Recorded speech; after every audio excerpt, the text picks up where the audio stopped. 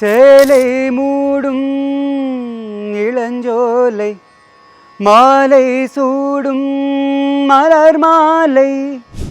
36வது மேளகர்த்தாவாகிய சலநாட்டையில் ராஜா sir எவ்வளவு அழகாக compose பண்ணியிருக்காருல. சலநாட்டையில் Karnataka சங்கீத மேடைகளில் ரொம்ப பிரபலமாக ஒரு பாடல் வழங்கப்படுவது உண்டு. என்ன தெரியுமா?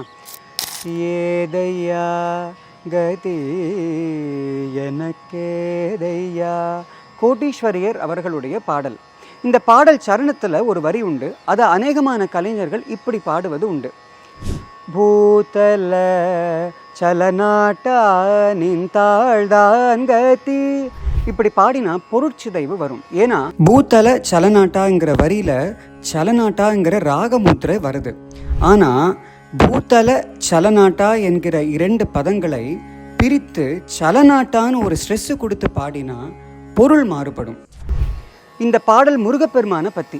முருகன் யாரு? குறிஞ்சி கடவுள், அதாவது மலை நாட்டவன். மலை என்ற சொல்லுக்கு சம்ஸ்கிருதத்தில் அச்சலம் என்ற ஒரு சொல்லுண்டு. எனவே கோட்டீஸ்வரையர் எப்படி சொல்கிறாரு முருகனை?